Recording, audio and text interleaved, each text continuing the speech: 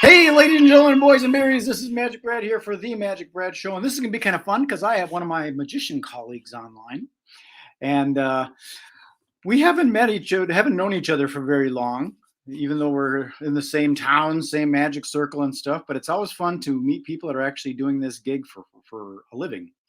So let me go to the green room and find him and see if he's dressed and ready to go, if he's wearing his tuxedo or what he wears. There he is, Kristoff. Hi. No tuxedo, Brad. No tuxedo. Me too. I'm playing casual. So we're in the same city, but you're more on the southwest side. I'm over on the east side of Minneapolis. Is it snowing or raining over there? Is it terrible? No, we got nice sunny skies. I can't tell because I'm in my office in the basement, in the dungeon. Mm-hmm. So we've got your website. This is how people get a hold of Kristoff. He's the magician. It says right there, and it's with a K and with a double L at the F. KristoffTheMagician.com. So how long have you been doing magic? I mean, you must have did somebody pull a quarter out of your ear when you were a little kid or something. Yeah, I started doing it when I was 6, as a hobby. My brother fooled me with a couple of tricks out of a magic book from a library that he got, and I was hooked. Well, what tricks were they? 2 silk handkerchief tricks. The one where you show your pocket empty and you turn it inside out, and then you push the outside back in. Then you stick your hand in again and you pull out a silk scarf. And the other one was where you show your hands empty and you pull up your sleeves, and then you shake a silk scarf out from between your hands. And then for the next 10 years, I tortured him with pick a card, any card, every time he turned around. Yeah, my thing was the guy did the French drop, made a coin disappear, pulled it out of my ear, got me hooked. Mm-hmm. It's kind of fascinating. I have a little bit of a theory that I think everybody's had a little bit experience with the magic. Everybody's done it. I mean, if it's even the tapping on the shoulder and tricking someone, everybody's been tricked a little bit. Mm-hmm. When you were young like that, is that what happened? Is it like, I want to be a magician, or was it? I think I just hated to be fooled. I think that was what the start of it was. I wanted to know the secret behind everything that I could. Okay. Yeah. That's interesting. Yeah. I'll ask this question early on. Normally I waited for later, but what's your take on the exposure of magic? Because with the internet, it's all over the place. People exposing it, if it's an ego boost or to get views or whatever, but I think it's wrong in my opinion. What's your take on it? Yeah, I think it's unfortunate. I mean, I can see things that it has done that are positive, such as to drive the rest of us into new realms of creativity, to come up with new and better ideas. And also, if you're trying to learn, a basic card sleight, for example, or a coin sleight, and you don't have Card College or one of those other encyclopedic sources that you can go to, you can just go on YouTube and find somebody who's teaching, perhaps poorly, perhaps well, a variety of the basic sleights. And so those things are useful, but otherwise, you put all this time into a routine, developing and making it your own. And it just kind of is unfortunate if somebody can go back on Google and find some guy who's just, lifting up his skirt and showing everybody how a trick is done because he just wants to get some hits on his website. Right. And these are not people who want to learn or who want to perform or develop as an art. I think that's a greater downside than any of the upsides. I think sometimes when I'm talking with other magicians about this, they justify it and say that it, Penn and Teller exposing stuff and the master magician exposing stuff, that actually increased the interest in magic, which I guess is kind of a good thing. So that's their justification for it. Mm-hmm. But I kind of take it on the other side of the layperson that loves magic and doesn't want to know how it works. It's really deflating. And the analogy I use is it's like telling a little kid that guy over there in a red suit, Santa Claus, that's your dad. It ruins the magic. Yeah. So that's kind of my take on it. I have never shown someone how they did a trick who wasn't an actual magician. I've never taught someone a trick and had them go, wow, I love this even more. I mean, actual magicians do, they can fall in love with the technique and the method as much as they do the effect. And sometimes even when it's kind of upside down and they care more about the method than they do than the effect. But for people who are not really magicians, who are actually studying it, they're so deflated when they find out how it's done, because let's face it, there's usually a pretty simple explanation. Exactly. That's covered up with a lot of smoke and mirrors and sleight of hand that keeps you. But that's what makes it so fun, right? Is knowing that it's happening right under your nose, and there is something there that you just can't even try to figure out because it seems so impossible. I see your part on the discover of it. It's kind of like that aha, oh, that's cool. That's how that works. But then there's people like my wife that don't want to know how it works because it takes away all the mysteriousness to it. And Yeah. it's really deflating. So for those magicians that are out there thinking that it's okay to expose, think about it from the audience point of view. Maybe they don't want to know. And you expose it because sometimes you don't know. I mean, I've seen some of these videos where they go, spoiler alert, if you don't want to know this works, turn it off now. But even so, there's that curiosity. I kind of want to know. Yeah. And then there is the other element of the secret society. We can't tell the secret. It's closed thing just for the colleagues and the people that are in the inner circle. That's just the way it should be. So that's my rant on the exposure. I wish they would perform in public and teach in private. That's what I think should be done. Yeah. So I know you do some illusions and stuff too, because I saw some of your videos and things. I used to do some illusions when I was working with Dave Stahl, but I've never wanted to carry all that stuff around. Do you do a lot of illusion type shows, or you prefer to just bring in the suitcase and go to work? It's certainly easier to just bring in a suitcase, but some venues really want the stuff that plays big as you can make it. And while it's great if it packs small, it doesn't always. And, my wife serves as my assistant. So I have a beautiful woman up on stage to kind of draw the eye and make me look a lot better, which is quite helpful. And I've got to give her something to do. And she's been sort of a driving force behind more large illusions. And so if I'm cutting her up or making her appear out of nowhere or disappear, we've got to bring the beer material along. But you're right. It's really nice I travel a lot for my performances. And if I'm bringing illusions, that means I got to bring a trailer and I got to drive. And if I can just fly in with, a couple of checked bags, that's nice. Although even my small scale stuff, I was down at the House of Blues Dallas last month, and I had 5 checked bags. And I mean, big bags, Pelican cases, Mm-hmm. That's still a lot of material to be hauling around. It is. When I was full time, I was pretty much local here, and it was like a 2-wheel cart. So it's one trip into the hotel and back again.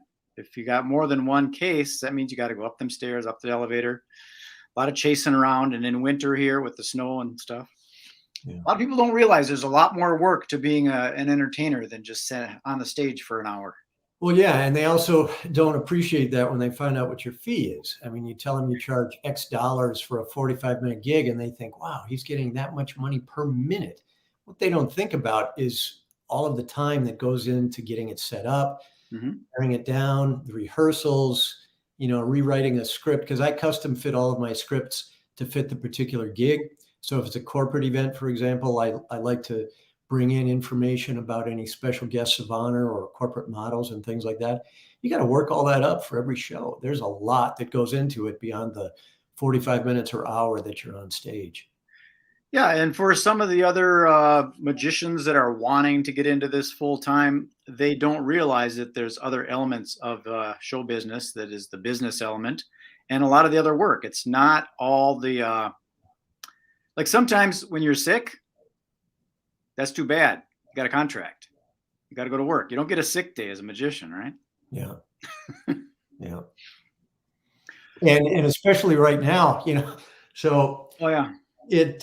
For New Year's Eve, I was performing at the Lexington Hotel in Manhattan.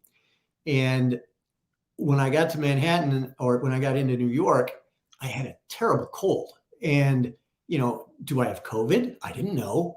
And if I had COVID, then it was going to kill the whole gig. So I've got everything riding on whether I'm going to be able to perform. And for the cold cleared up just a few hours before the show. And by then I'd been tested twice. So I knew that I could go into the venue and I didn't have to worry about infecting anybody. But, there's all this additional pressure now and throwing the dice on. It's no longer just a question of, well, is my plane going to get there on time with all of my luggage? now you have to worry about whether you're going to have to take yourself out of the game because you're sick.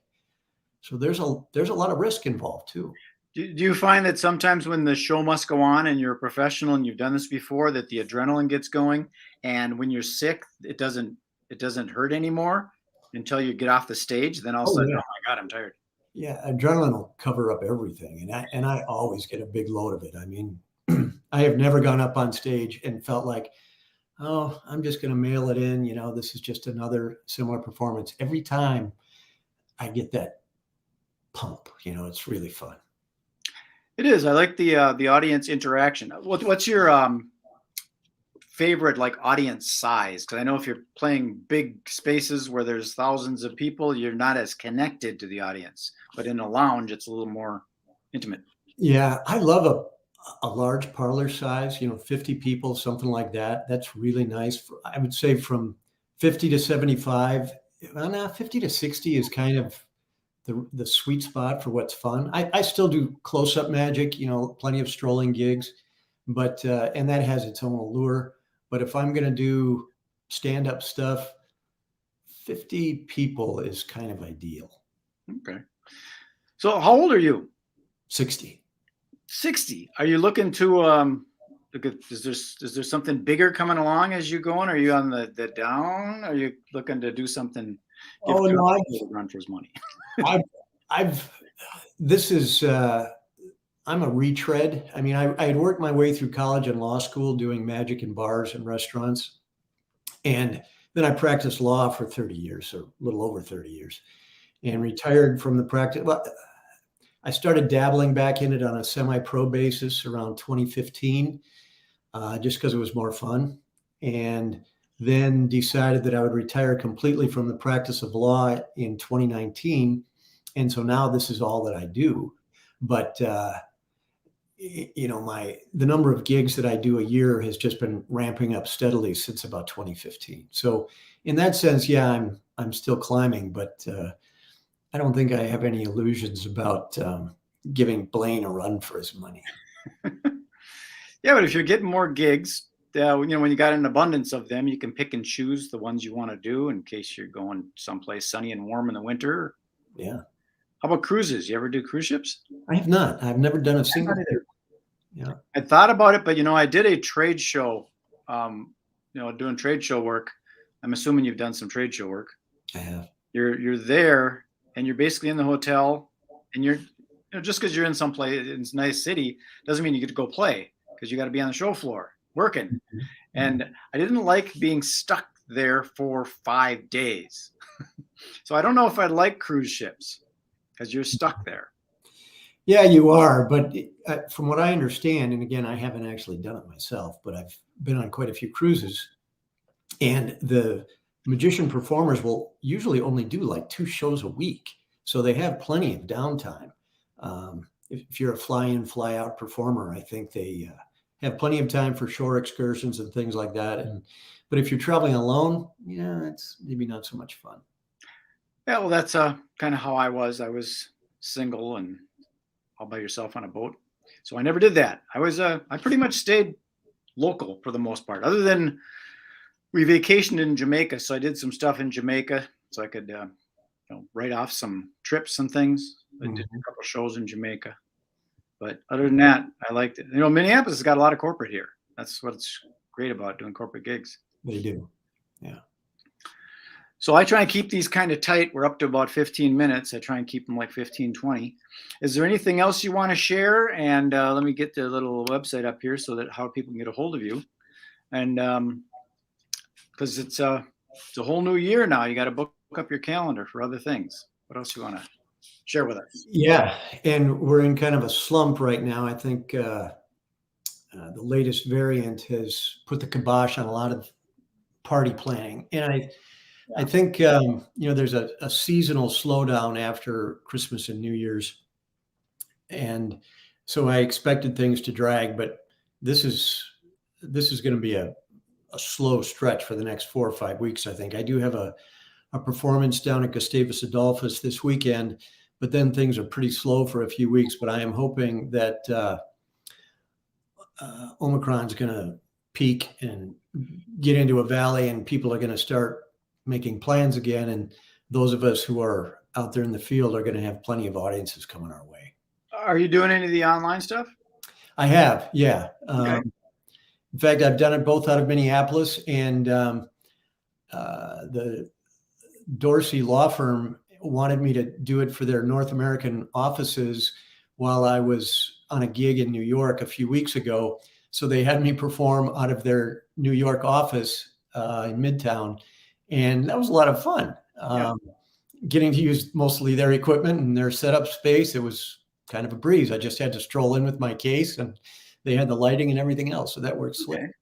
Well, that is a good thing, I think, for what's going on with all this COVID and all that. Maybe it's individual can broadcast on TV with their own little studio. I got a little mini studio set up here to be able to do things here and there, but that might be the way that 50% of our work gets done, is this online stuff. Unfortunately, because I like that personal interaction where you can actually talk with people.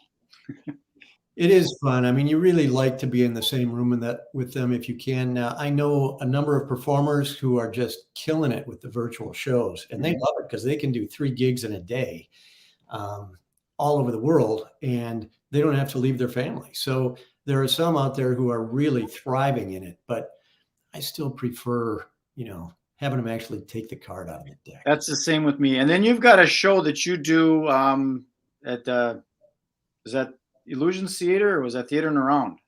Southern Theater. Southern Theater. Yeah, the Seven Corners area. Yeah. And are you continuing to do that then? Yeah, I've just done one a year when COVID permitted. This last year we called it Magic Unmasked, and the year before that, pre-COVID, it was Get Your Magic On. Perfect. Well, we'll look forward to that. There we go. I'm going to pop into the green room.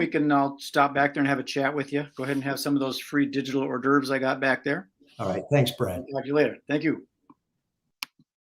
That was Mr. Kristoff. So it's fun to see people doing this magic thing full time. I did it through the 70s, 80s, and 90s, and now I'm kind of semi-retired from it. But it's fun to see people that are actually having the ability to be self-employed and do what they love. It's very cool.